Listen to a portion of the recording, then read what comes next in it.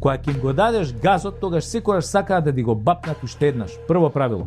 Ама времињата се сменети, бројот на патриоти расте, и расте и бројот на позитивни настани. Еве, пласирањето на македонската фудбалска репрезентација придонесе максимално да се користи кодот МКД, името Македонија, и јасно да се стави до знаење дека тоа што не е финансирано од Северна нема обврска никаква кон Преспанскиот договор.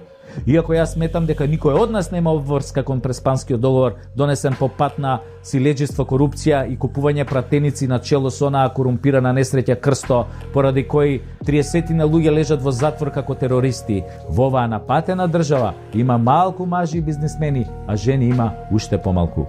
Сите ги напуниле гаќите од императорот Зоќе и неговиот хибриден режим.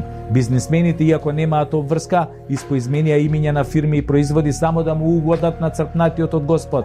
Тие со завршени коледжи, со милиони инвестиции, а тој со својата визија на пеколот. Ама мора да се дудла таму каде што нормалните секаде во светот покажуваат став.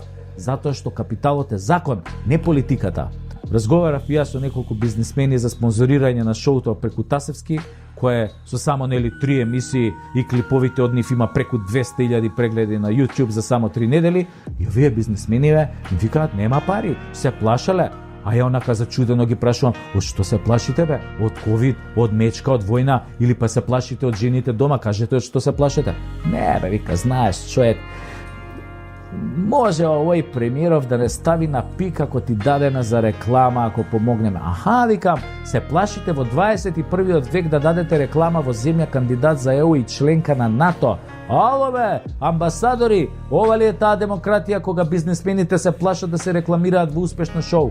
Ова ли е тој живот, слободен пазар, споредба на квалитет како во ЕУ? Ова е тоа? Кога бизнисмени кои вложиле милиони долари се плашат и полнат гаќи, прво од Груја и Мијалков, а сега од овие браќава на власт. Кога некој се плаши, тоа се вика диктатура, режим, апартхејд, нацизам, фашизам. Или така треба можеби да изгледа сега животот во Македонија, не знам, кажете вие. Се што е критички настроена мисла со аргументи да умре, да затре, да се осиромаши, да нема за храна, да е прогонувано, а другото сето е демократија според вас, така? Па, драги амбасадори, да си знаете што поддржувате. Поддржувате страв. Страв кај бизнисот, страв кај инвеститорите и корупција поддржувате. И пропаст во ликот на делото на тој што го создадовте, а кога ќе има промени, ќе ви јавам. Ама не се надевам искрено дека ќе има промени, затоа што ако вие им ги видевте лицата на бизнисмените со кои што зборував, и вие ќе се уплашевте, право да ви кажам. Сте го читале, кажете ми, Франкенштајн од Мери Шели?